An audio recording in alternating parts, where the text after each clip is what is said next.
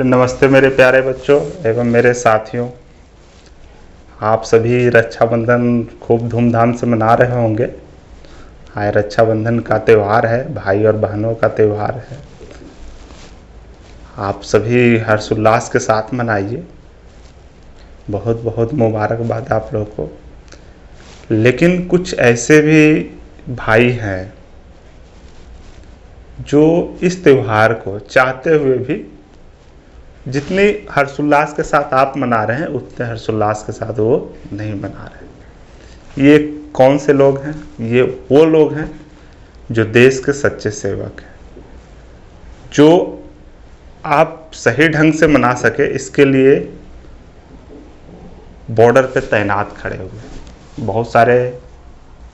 और दूसरे ऐसे लोग हैं जो इस कोरोना से के कारण किसी दूसरे शहर में रह रहे हैं और अपने घर पे नहीं पहुंच पाए। जैसे हम है ना, टिकट कटवाए हुए थे 31 जुलाई का कि जाएंगे हम अपनी बहन के साथ भी बैठ कर के रक्षाबंधन मनाएंगे। और मैं कोरोना के कारण नहीं जा पाया, क्योंकि आप भी देख रहे हैं कि बिहार में कोरोना पेशेंट अब बढ़ना शुरू हुआ है। और बार बार ये न्यूज़ देखने को मिल रहा है कि वहाँ पे स्वास्थ्य व्यवस्था उतनी ठीक नहीं है ना। ये सारे प्रॉब्लम है वहाँ, जिसके कारण मैं भी टिकट कैंसिल करवा लिया और नहीं पहुँच पाया। और कौन कौन लोग इससे प्रभावित हैं, मैं आपका ध्यान उधर आकृष्ट करना चाहता हूँ। वो लोग नहीं मना पा रहे हैं जिनके घर के लड़के शहीद हो गए, है ना। अभी गलवान घाटी में आपने देखा कि चीन ने किस बर्बरता के साथ हमारे सैनिकों को आहत पहुंचाया है। कि ये घर के जो लड़के थे वे शहीद हो गए। आज उन घर में रक्षाबंधन का त्यौहार नहीं मनाया जा रहा होगा। और भी हमारे समाज में इस तरह के कृत्य किए गए जिसके कारण वो त्यौहार नहीं मना पाए। उनमें से मैं आपको आकृष्ट करना चाहता हूँ। एक वो समाज है जो लड़कियों को धरती पे आने से पहले ही भ्रूण हत्या कर दिए। उनके भाई आज भी उनके हाथ सूने पड़े हुए हैं। देखिए, यदि हम नहीं इनकम कमा पाते हैं इसका मतलब ये नहीं हुआ कि हम अपने, यदि लड़की है भ्रूण में तो हम उसको मार दें। ये कोई सॉल्यूशन नहीं। सॉल्यूशन अपने अंदर आपको खोजना पड़ेगा। आप इनकम नहीं निकाल पा रहे हैं या पैसे नहीं निकाल पा रहे हैं, इसमें उस बच्चे का क्या दोष है जो भी ज़मीन पे आया ही नहीं। आप बहुत इज्जत से बात करते हैं, बहुत सम्मान करते हैं महिलाओं को। जब पीवी सिंधु गोल्ड मेडल लेके आई, आप सब ने बहुत खुशियां मनाया। और पीटी उषा ये जब दौड़ती थी, आप लोग ने कितना गर्व से कहा कि ये हमारे देश की लड़की है। बहुत गर्व होता है आपको। लेकिन क्या एक गरीब घर की लड़की या ऐसे विचारों वाले व्यक्तियों के घर में आने वाली लड़की क्या नहीं निकल सकती? बिल्कुल, आज हर किसी को मौका दिया जाता है। सरकार भी एजुकेशन के प्रति एक्टिव हुई है। और यदि आप चाहें तो अपनी लड़कियों को बहुत आगे तक पहुंचा सकते हैं।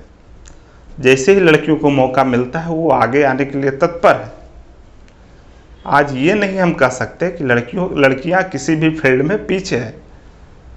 तो जब आपको गर्व होता है, हमारे देश की लड़कियां जब निकलती है तो आपकी लड़की क्यों नहीं निकल सकती?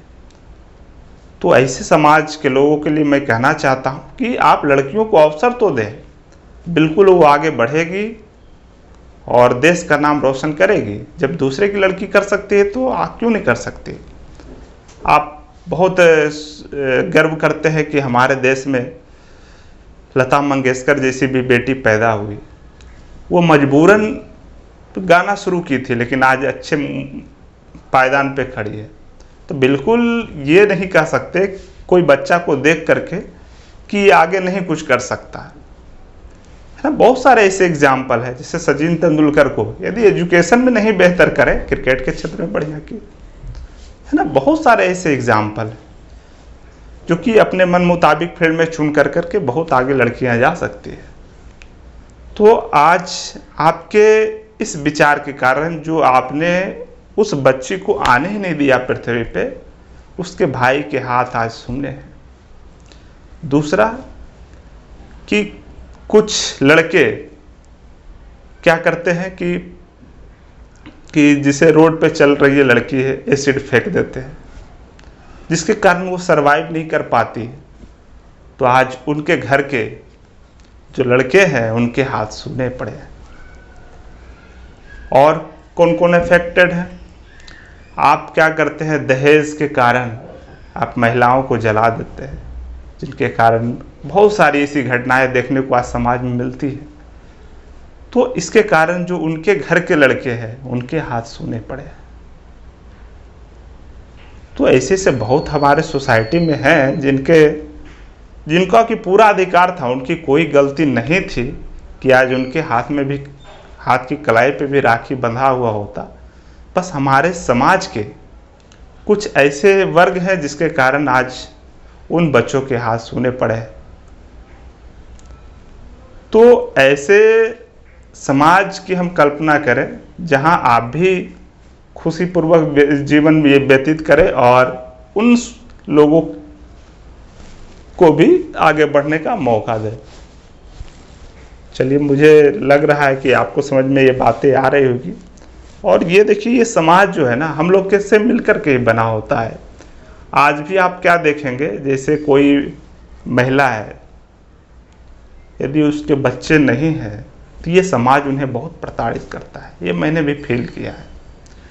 या यदि गरीब है कोई घर परिवार, तो ऐसा इसका मतलब ये नहीं कि उसका बेटा या तो चोर निकलेगा या तो बेकार निकलेगा। ऐसा हम नहीं कह सकते। हमें तो हर बच्चे में APJ अब्दुल कलाम नज़र आता है, तभी मैं पढ़ाना भी स्टार्ट किया हूँ। क्योंकि हर बच्चे में मुझे ऐसा लगता है कि ये बच्चा बहुत आगे तक जा सकता है। एक चेहरा देख करके, छोटे बच्चे को देख करके ये हम नहीं कह सकते कि कितनी ऊंचाई को जा सकता है। यदि APJ अब्दुल कलाम को ही मौका नहीं दिया जाता, क्या आप आज गर्व करते? आज मिसाइल मैन के नाम से जाने जाते हैं। टेक्नोलॉजी फील्ड में इतना काम किया कि आज चाइना भी हमसे खौफ खाता है। आप देख रहे हैं कि यदि हम पिछड़े हुए होते तो आज चाइना जो है एक अवसर ढूंढ रहा था कि कोरोना में क्या करेंगे, इस पे अटैक करेंगे और इसे हम पराजित कर करके रखेंगे। तो देखिए, यदि हम कमज़ोर यहाँ पड़ते हैं ना, ये सारी जो हमारे अंदर जो कमज़ोरी है ना, यदि ये समय में हम युवा आगे नहीं आए, अपने लोगों को जागृत नहीं कर पाए, जो अभी समाज में कुरीतियाँ हैं उसको हम दूर नहीं कर पाए, तो विदेशों के साथ तालमेल बैठा करके आगे बढ़ना बहुत मुश्किल होगा। और ऐसे सिचुएशन में जो विकसित देश हैं वो ज़रूर हमें दबाने का प्रयास करेंगे। तो जो हमारे समाज में कमजोरी है ना, उसको बिल्कुल हमको उखाड़ फेंकना है। ये हम युवाओं का ही काम है। और जो भी महिलाएं हैं, आप सब लोग सम्मान करें। और आप जानते भी हैं कि जो ये रक्षाबंधन है, ये त्यौहार जब आरंभ हुआ ना, तो ऐसा नहीं है कि हम सहोदर भाई बहन के राखी बांधने से ही ये त्यौहार स्टार्ट हुआ। आप जानते होंगे हुमायूं और कर्णावती, ये सहोदर भाई बहन नहीं थे, लेकिन ये इतनी मजबूत डोर है जिसको कि अपनी जान पे न्यौछावर कर करके भी ये प्रतिज्ञा जो इस दिन हम लेते हैं उस पर निर्वाह करते हैं। तो आज से आप ये इस तरह की भावना लाइए कि किसी भी महिलाओं के प्रति हम सम्मान की भावना रखें, है ना, क्योंकि उनके भाई आज बॉर्डर पे हैं, है ना, और वो बहन जो है अपने भाई को राखी नहीं बांध पा रही है। ये उसकी कमजोरी नहीं है, बल्कि वो जो देश पे खड़ा है युवा, वो हम सबको अपना भाई बहन मान कर करके वो खड़ा है, देश की सेवा में लगा हुआ है ना। तो हम लोग को भी ये चाहिए कि जितनी भी माताएं हैं, जितनी भी लड़कियां हैं, उसको हम अपनी माँ बहन माने, तभी जा कर के हमारा ये देश कि हम सच्चे सिपाही साबित होंगे। ठीक है, बाय।